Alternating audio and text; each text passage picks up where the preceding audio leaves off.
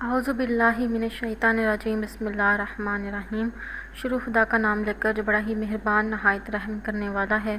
السلام علیکم ورحمۃ اللہ وبرکاتہ۔ ناظرین، مجھے امید ہے کہ آپ سب لوگ خیریت سے ہوں گے۔ آج کا جو وظیفہ میں آپ کی خدمت میں لے کر حاضر ہوئی ہوں، اس وظیفے کی مدد سے آپ لوگ عذاب قبر سے محفوظ رہیں گے اور انشاءاللہ تعالی آپ کی موت بہت ہی آسان ہوگی۔ دوستو، وظیفہ بتانے سے پہلے میری آپ لوگوں سے ایک چھوٹی سی درخواست ہے کہ آپ میری اس ویڈیو کو لائک کیجئے، اپنے دوستوں کے ساتھ شیئر کریں۔ شیئر آپ لوگوں نے اس نیت کے ساتھ کرنا ہے کہ یہ ویڈیو آپ لوگوں کے لیے صدقہ جاریہ اور ایصال ثواب کا ذریعہ بنے گی۔ دوستو، وظیفہ آپ نے کیسے اور کب کرنا ہے، اب میں آپ کو اس کے بارے میں بتاتی ہوں۔ آپ نے سونے سے قبل عشاء کی نماز کے بعد آپ نے سورہ تبارک کی تلاوت کرنی ہے اور اس کے بعد آپ نے سورہ سجدہ کی تلاوت کرنی ہے۔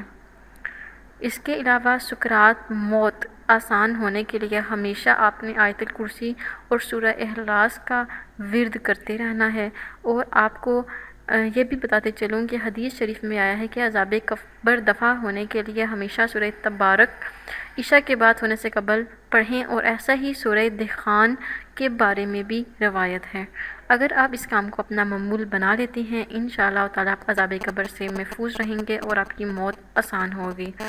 دوستو، میری اللہ پاک سے دعا ہے کہ اللہ پاک آپ سب پر اپنا رحم فرمائے اور ہم سب کو ہدایت پانے والوں میں شامل فرمائے اور ہم سب کو قبر کے عذاب سے محفوظ رکھیں اور جنت البقیع میں جانے کی توفیق عطا فرمائیں۔ آمین ثم آمین۔